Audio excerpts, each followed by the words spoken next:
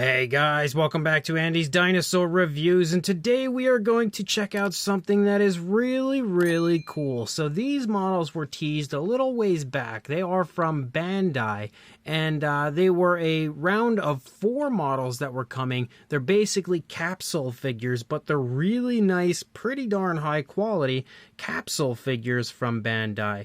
And they, with the first round, initially have released a Tyrannosaurus and Triceratops, which you see right here. There's also a Mosasaurus and Spinosaurus, which I do also have, but I have not, again, brought up here onto the review station because normally when it comes to capsule models or something like this, I would usually just review them all at once, but these are so nicely done that honestly I feel like they deserve a little bit more of a spotlight, so I chose to break the review up into 2 parts. The first part will be the T-Rex and Triceratops. The second part will be the Spinosaurus and Mosasaurus.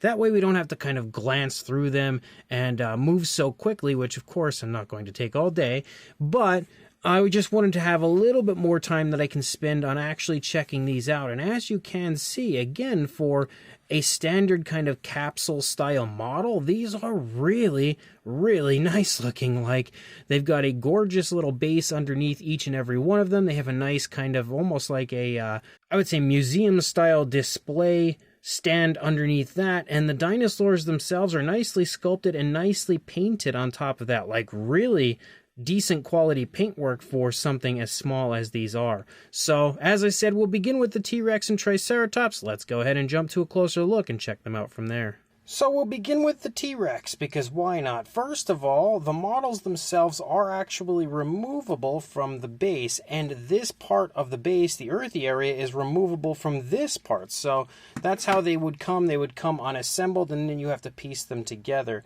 Now, if you start up here at the head sculpt of the T-Rex, again, the detailing looks pretty darn decent for the size, and it's, again, not like a lipped version or anything like that. It doesn't look like the T-Rex has lips here, so some people may not really like it, and, you know, that's, I guess, basically based on preference, but I think it looks pretty nice. And for a capsule figure, you know, it has some decent paintwork. We have, like, a brown, like a kind of a lighter shade of brown, and then we've got like a very dark brown or a black that's been dry brushed over a lot of the face here to bring out a lot of the detail. You can also see the nostrils up here on the tip of the snout. We've got the eye painted with a light yellow and a black pupil, and you can even see again a little variation of color in there. Not a whole lot, but definitely a little bit in there. And you can see the lower jaw sports kind of like a greenish tone, like a greenish sort of a brown. You can see the skin slightly stretching there in the inside of the mouth as the mouth is opening.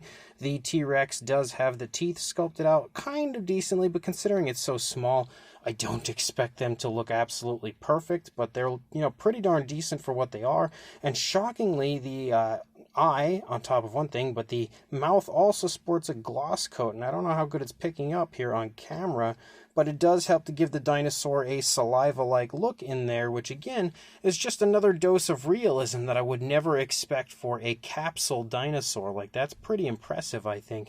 And one thing that is also cool, you may have just noticed, is if you look over here, there's like a tear, like an injury that occurred at some point that tore up the gum line there and up into the jawline of the dinosaurs. So again, really nice little elements of realism like that always impress me when it comes to companies, and I'm just so surprised that this is a Bandai figure.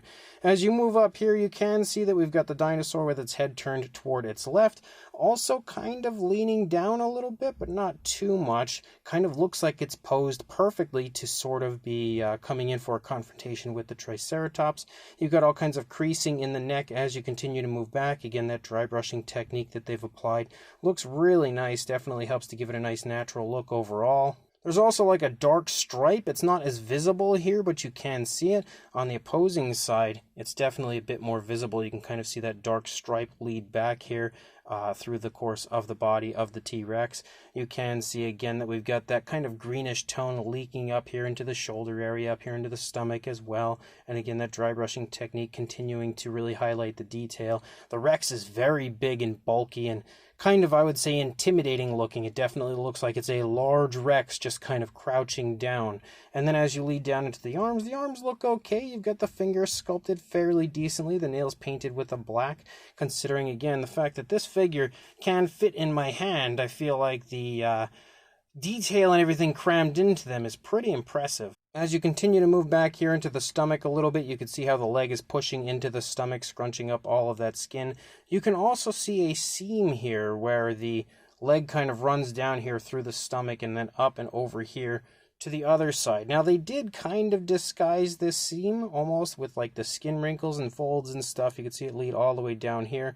So it's not super, super obvious, but it is obvious enough. And that's something you are definitely going to encounter when it comes to capsule figures, because there's usually like, you know, a few pieces that are unassembled. And this body, actually, I think the entire body was fully assembled when I first got it. But as you lead out, you'll see this spot here on the tail was a piece that I had to put on. So if we pull that off, you can see how you just basically have to slide that in and it pops in. But the seam is definitely really obvious. And that's one of the things that does take away from the model a little bit. I feel like it definitely could have been improved if that wasn't the way it was. But at the same time, again, it's not the absolute end of the world, just something that could have been a little better. But as you lead back here, again, you can see the muscle definition of the thigh quite nicely. We continue to have that dry brushing. You can see like some scoot-like scales leading over the top of the hip right there. Leading down through the course of the leg, you've got variations of browns as well as lighter shades of browns, kind of like the greenish browns and stuff. And again, really nicely detailed, really nicely painted considering its size. As you move down, you've got the knee right there, nice calf muscle. Again, more dark coloration. Looks like we've got like maybe a dark wash at play on the figure. It's a little hard to really tell. But as you move down into the foot sculpt, we've got this foot planted on the ground. You've got the nails painted again with a black. We do have dew claws, but they are unpainted, unfortunately.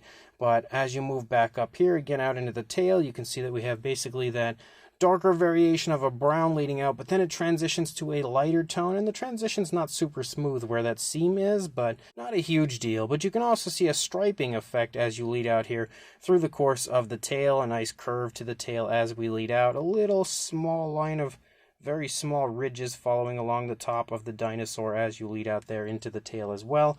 Then when you look at it from over here, you can see how the Rex again is turning its head away from us, and then you lead back into the body. You can definitely get a little bit of a better look at the big bulky body of our Rex from this side because the leg is kind of trailing in comparison to what we see on the opposing side.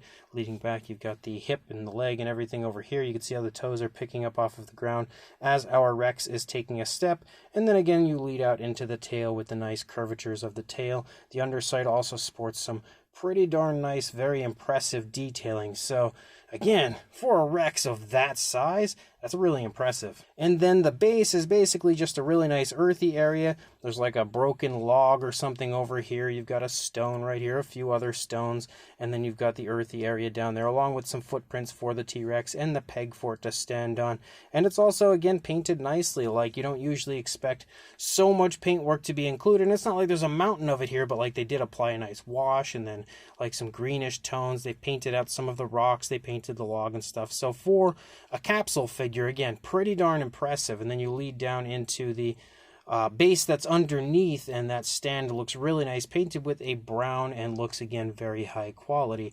Then we've got our Triceratops. Now the Triceratops is a very nice greenish coloration, and you can see that looks really quite nice overall as well. Very highly detailed, again, especially when you lead up into the frill. Look at how nice the scale detail and everything looks up there in the frill. We've also got some osteoderms up there in the frill. Very nice subtle variation of color to the head of the Triceratops, as you've got like, you know, like this blackish tone that leads up and over and around the eye, and then you've got variations of lighter and darker shades of greens as you lead up into the frill of the Triceratops. The spikes that lead around the frill are all painted, as well as this one here on the side of the face. Then you've got the beak. The beak actually sports a gloss coat to it, so it has a little bit of a shine, which is pretty cool. You can see the nostrils right there. Again, more nice looking skin texture. The nasal horn also has a slight shine to it. We can see the eyes are actually painted with a green, but a slight different variation, like a lighter variation of green compared to the body, and again, a nice black pupil. You've also got the horns up here for our Triceratops, and yes, even the horns have a little variation of color to them. Again, further showing you how impressive this figure is, considering its size. Like, I am just super, super impressed with these figures. And then as you move back into the body, you can see how the Triceratops is starting to kind of pick one foot up off of the ground, almost making it look like it's kind of kicking some dirt, maybe putting on a defensive display, potentially for the arrival of this T-Rex that is walking right up to it, possibly. You can see that we've got darker and lighter variations of greens. It looks like they have a dark green that they kind of started out with, but then dry brushed a lighter green over it, and that helps to give it a little variation of color, which looks really cool. You can see the nails and everything for the feet are painted. Both front feet are kind of showing that from this angle. And then as you lead up into the stomach, you can see some creasing here in the stomach because both legs are kind of pushing into the stomach. You've got some variations of browns that have been applied as well, as you've got some darker browns right there. And then a bit of a darker green as you lead up higher into the body, up toward the spinal column that seems to have been dry brushed over. So again, lots of variation of color, lots of color in general for something like this. You've got the hip bone right here, and then as you lead down, very muscular looking rear leg. Again, more of the greens and browns back here. There is a little bit of a seam there for where the leg is connected, which is a bit obvious right in that area, but you can see a big calf muscle. I think the seams are probably like the biggest downside for these figures, but it's not a huge downside. It's just something that some people may not enjoy, because I know some people absolutely hate seams, but since these figures do come in like a small capsule, there's no real way I think that they could have put them in there without them being at least somewhat disassembled, so it is what it is, I guess. Leading back again into the tail, you've got a really nicely sculpted tail, nice curve to the tail. You can see leading along the back, you've got like a row of osteoderms following along the spinal column of the Triceratops. I'm pretty sure the Triceratops, the head was disconnected on this one. I don't know if anything else was. Yeah, it doesn't look like it, just the head probably, but you can see it looks really nice over here again. As you lead back, you can see a nice turn to the body of the Triceratops.